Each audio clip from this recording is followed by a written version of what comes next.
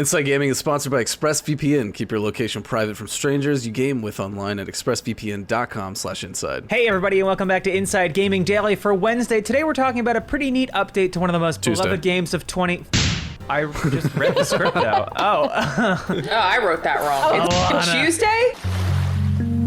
Hey everybody, and welcome back to Inside Gaming Daily for Tuesday. Today we're talking about a pretty neat update to one of the most beloved games of 2020, and we're also joined by a guest. Steph is back, otherwise known as NNESAGA on all platforms. Woo! Hope you guys missed me. She's in Switzerland. Yeah, first call into the show from Switzerland. Crazy. Yeah, I'm dedicated to the cause, so. But back to the story, it is true. With a 5.6 user score on Metacritic, The Last of Us 2 is beloved? So the game's writing was controversial, but good news, today we're talking about gameplay. Not story, not Neil Druckmann, not women with buff arms in the apocalypse. But what if we did? Break me, Abby! It's physically impossible for a woman to be this strong, I rest my case. Yep, we're sourcing The Verge on this one. And basically, The Last of Us 2 is getting its first major update this week. And it is really good. Like, this is the kind of quality update you would want your games to see after getting released. Yeah, it adds a slew of new visual and audio effect modifiers, optional cheat codes, and 2 new difficulty settings. A slew indeed, my goodness. And a bunch of this will contribute to the accessibility options too. The update will be available for everyone who owns the game on August 13th for free, obviously. And definitely makes jumping into that New Game Plus mode a little bit more enticing. Yeah, The Verge wrote, the bulk of the update is a set of new visual and audio effects alongside cheat codes that can make The Last of Us 2 a much trippier and less stressful affair. Cheat codes. Stressful?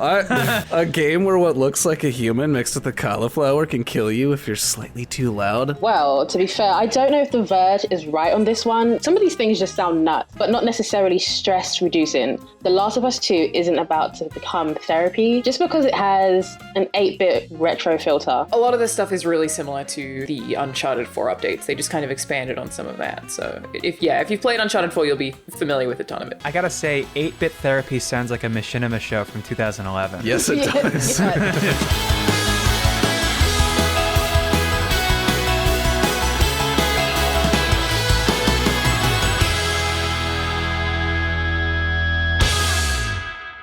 I mean, I do love my retro, like the retro aesthetic and everything, so I'm interested to see it. Yeah, there's also a hand-drawn style filter that is supposedly reminiscent of Telltale Games' The Walking Dead series. That's neat, maybe a little more tonally aligned. There are over 20 new filters in total, including some more intense ones, like one that's literally called Blood. Hell yes! It's the Doom Last of Us crossover I always wanted. The Verge also mentioned render modes that radically change the entire visual aesthetic, like Pop Poster for imposing bright fluorescent color schemes, and Void for turning the world into something like a Matrix-style simulation. But does it have the Noid, the Domino's pizza mascot? It should. You talking about the pizza, dude? That's a reference I didn't expect. Well, as for cheats, some are really standard, like infinite ammo and infinite crafting. The staples of the cheat world, really. The salt and pepper. But there's also a one-shot cheat that lets you down an enemy with a single bullet, which, wow, sounds great for that one bit of this game with that one thing, you know, what I'm talking about if you played it, where that I would do know really exactly be what helpful. you're talking about. That guy. Yeah, the beginning level. This week on 8-Bit Therapy, we're going to teach you how to beat that one guy in that one level. Some of the cheats also get into some crazy territory, like Last of Us bullet time. That is a term that is trademarked by a Rockstar because of Max Payne. So no, you're not allowed to call it bullet time, but yeah, you get the gist. There's a cheat that lets you slow down time to 25% speed while aiming. Basically bullet time. This gives me Bayonetta vibes. I just find it so funny that Rockstar trademarked bullet time, which is a thing that the Matrix invented. Well, this mode is one of the ones that existed in Uncharted 4, and they call it bullet speed mode. What about Molasses Revolver? There's also a mirror world, which horizontally flips the world rendering to make everything feel just a little bit different. One particularly cool touch with mirror world is that you can enable it on death, meaning the game will mirror itself every time you die. The Verge said the cheat menu also has audio effect options like 8-bit audio and helium audio, which Naughty Dog says pitches the audio down as if the atmosphere were filled with helium gas. I was gonna say, wouldn't it go up? But also I like that Naughty Dog is giving us an explanation of helium audio? So everyone's going to sound like they've inhaled helium while trying to figure out where I went after murdering their 100th friend.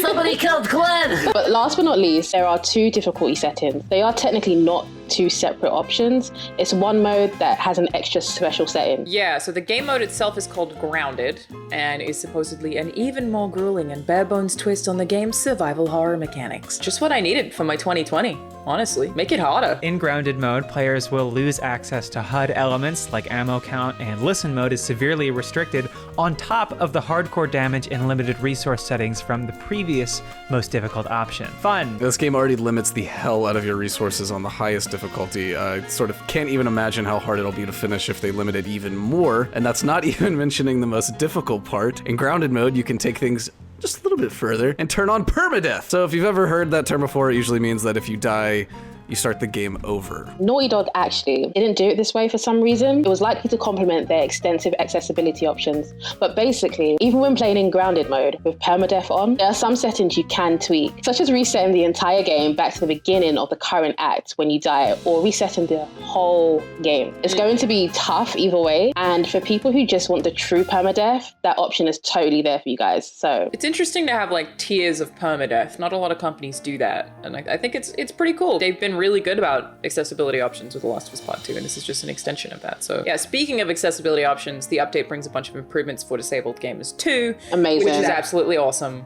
We love to see it. Shout out to Naughty Dog for inclusion is super important. So Yeah, we're sourcing the very good website Can I Play That for this one, who reached out to Sony specifically for details about accessibility. That's basically what Can I Play That is all about. If you haven't heard of them, they provide a game accessibility resource for both players and developers. So back to The Last of Us Part 2's specific accessibility improvements in this update. They said players will find the Ground Zero boss fight easier when playing on very light difficulty. They also mentioned that navigation assistance will provide safer navigation goals, plus issues with pings in enhanced listen mode have been adjusted. they also said traversal assistance will now see you jumping at the peak of a swing, and you'll be able to skip text-to-speech reading journal pages by swiping on the touchpad, which is really cool. Otherwise, you've got the updates to collectible tracking and auto pickup, a new option for motion sensor function aiming, and a new option to adjust the film grain effect, along with a bunch of other fixes. You can also completely disable listen mode now, which is the true god tier way of playing this game, so go get it, you literal god. Seriously, I try not to use listen mode when playing The Last of Us and Ghost of Tsushima, and I highly recommend it. And last but not least of us,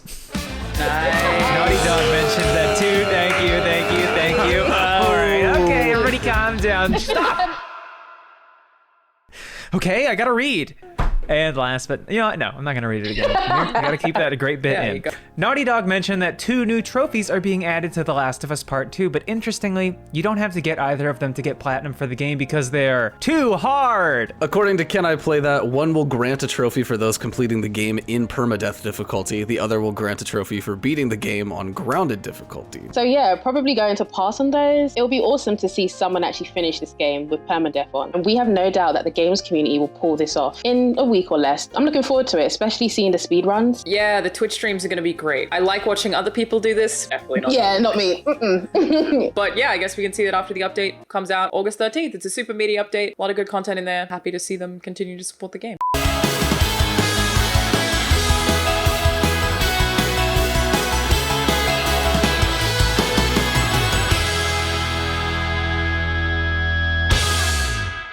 Hey everybody, welcome back to Inside Gaming. If you read the title, you know we're going to be discussing the controversial game by Naughty Dog, The Last of Us Part 2, and of course the hate that surrounded the game pre and post-launch. I'm sure there are probably a few people out there that'll hate this video before giving it a watch, but all I ask is that you at least hear us out, and then form an opinion, and then, who knows, Evan and I, we have pretty divisive